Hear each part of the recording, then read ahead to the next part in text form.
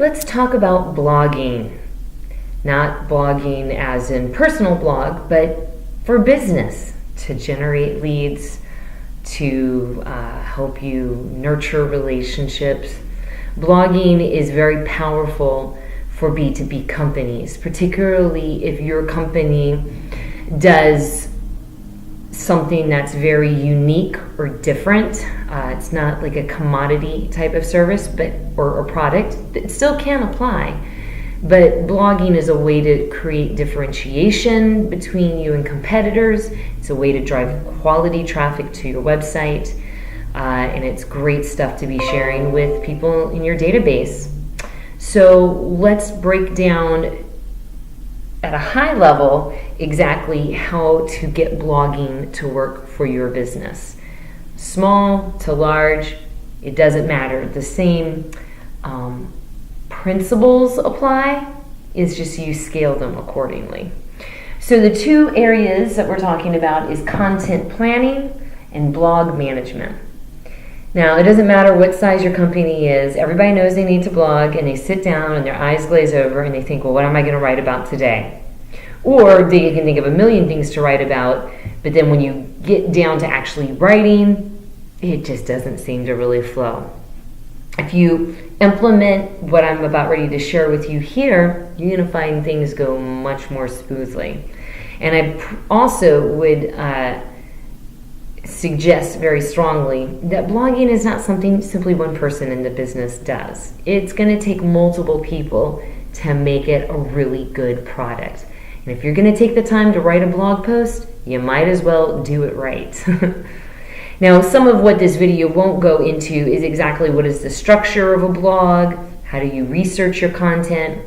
This is more just high-level planning and management. The actual quality in and of the content itself, like grammar, holding the reader's interest, the flow of information, that's something that you want to get either expert training on or hire an expert to do.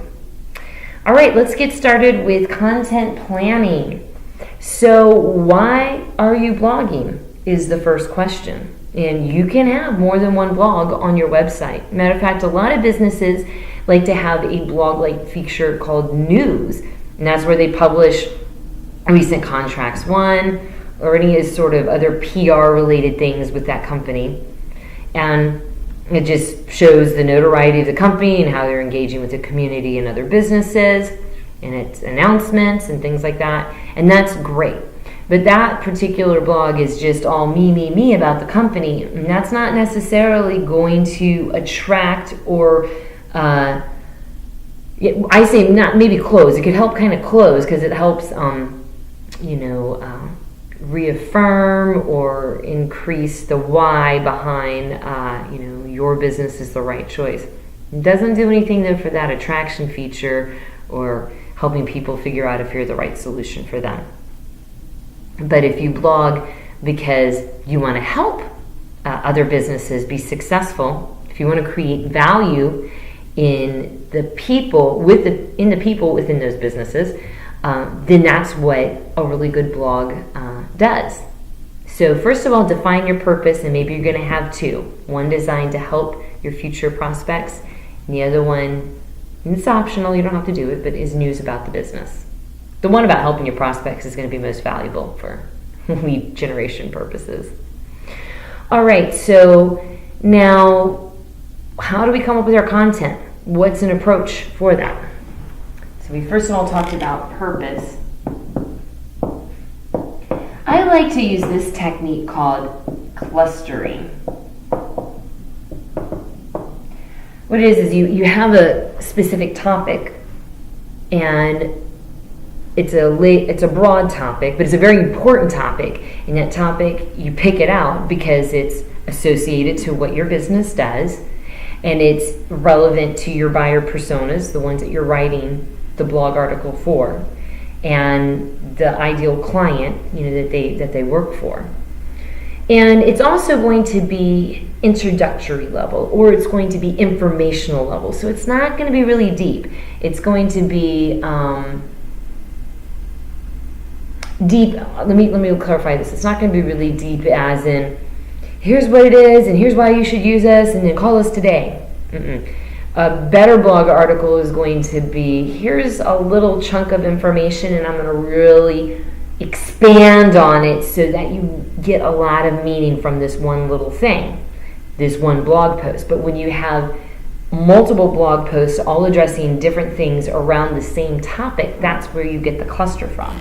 So clustering looks like this. Here's my lead topic, and here's all my supporting topics.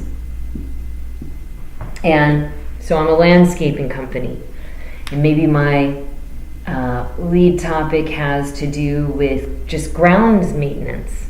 That's something that, you know, my clients need to know how to do well, and of course I do it, but because I'm the expert at doing it, I'll also let them know what grounds maintenance is, and then I've got all of these other little topics off this broader one. You see, what happens when you do the cluster approach is you can interlink all of these different blog posts to each other. When they interlink with each other, your reader's going to read one post, and then they're going to go click to the next one, and they're going to click to the next one. The longer they stay on the site, the greater value they're getting from your business, the more likelihood that they're going to want to do business with you eventually. At least they come to see you as an authoritative source. So clustering is better than sitting down and just writing out a whole list of ideas of things that we could talk about. Instead, think about what are the primary topics that we just want to write about really, really well. And if you only have 3 or 4, which makes sense to me for a certain buyer persona, because you can break this down by persona too, which you should. Because if you're writing to a decision maker versus writing for an influencer, you're talking about the same thing, but you're bringing it from a different context. So, and you're going to title that differently. It makes a difference. So you're keeping persona in mind. But if you have, like I said, 3 or 4 topics, you can easily blog for a year or 2 on that. And by then, you know, things have changed in business where you've got other topics to blog about. So create whatever sort of documentation that you like to start collecting these ideas, all your different subtopics, and make sure you don't have any gaps or any content that's missing, because it could be that one key piece that your prospective client is looking for. Now, SEO value. It is very pointless to blog and not ensure you're gaining the advantages from showing up in organic searches. So before you write a blog article, it's important to do a little bit of research to see which keywords would best fit that topic. Now, some people say, no, a better thing to do is go find what topics are trending, what keywords are trending, and then write your blog posts around that. But if you use that logic compared to what I just talked to you about the benefits of clustering your content, you can see that there's a lot of downsides in the long term. So the advantage of keyword search after you've decided your topic is that you know the information is critical to your prospective buyer or client down the road. But what you need to know now is, how are they looking for that information? What terms are they using? And to break this down in a simple example, in North America, the term lawyer is commonly used. I think it's attorney, and then in the southern part of the United States, the opposite word, attorney. You know what? I can't remember which one. I think attorney north, lawyer south. Yeah. But that makes a difference because most law offices are very geographically located, either in one or the other.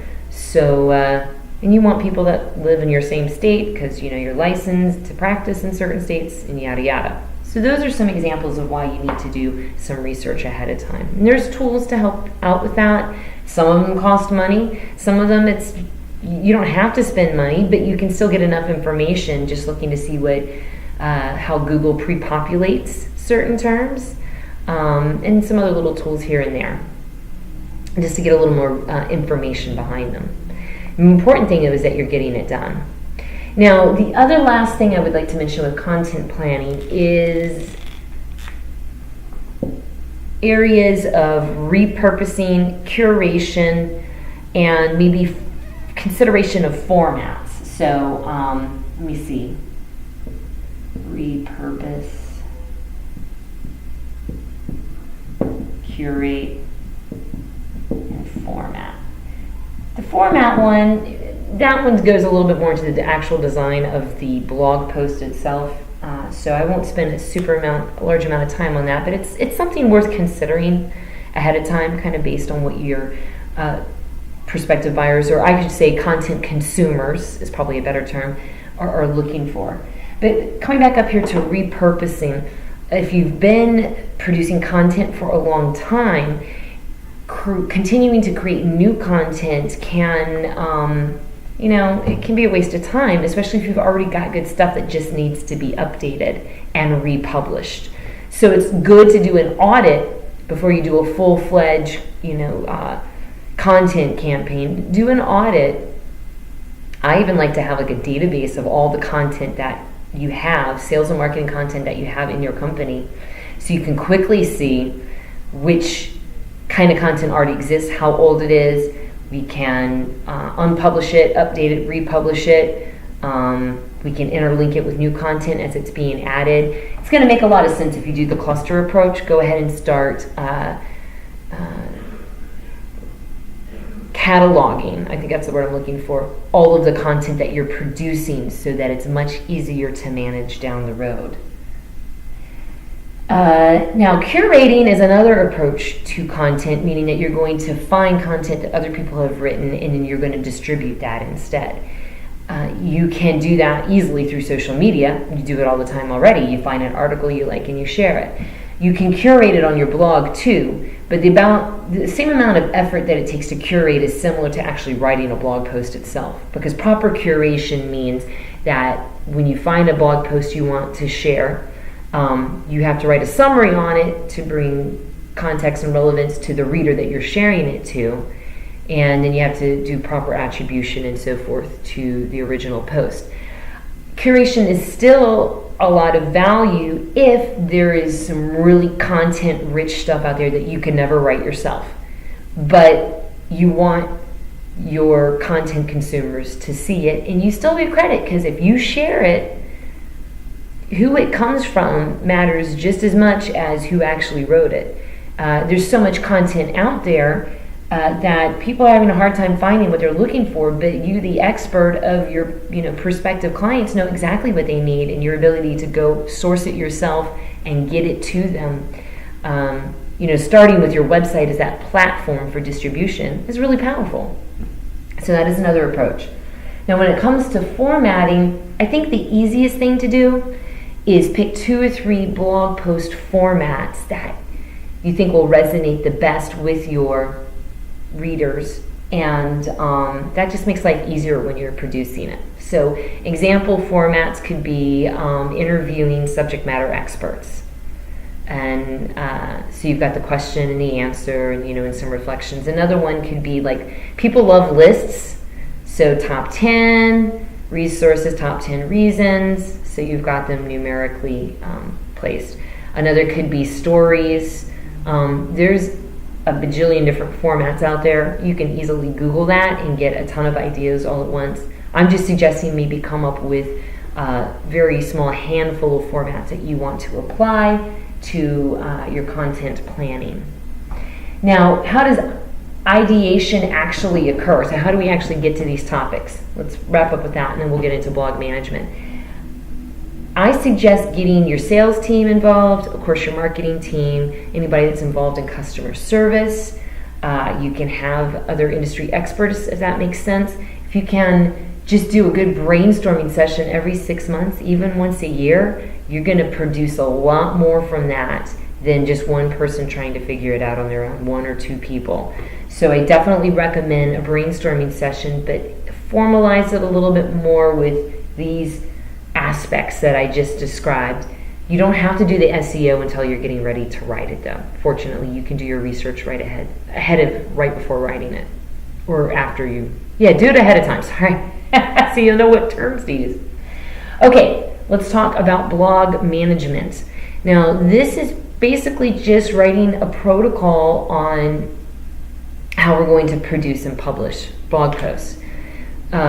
If you don't have that protocol, it becomes inconsistent, either with the volume, the timing, and the quality. All of these play a big role. So if you're serious about blogging, even if we're just talking twice a month, it is very worthwhile to put down these protocols, because multiple people are often involved in this process.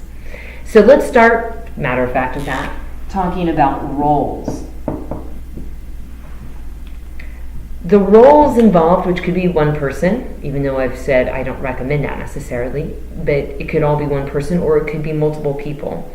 You've got your writer, the person who's actually going to produce the content. Maybe you've outsourced it, maybe you're doing it in-house. You have your subject matter expert. Maybe that is the writer, or maybe it's not. And that subject matter expert could come from the industry, it could come from within the company. You've got your editor, because most people can't edit their own stuff very well, and so you need someone who's going to take care of that.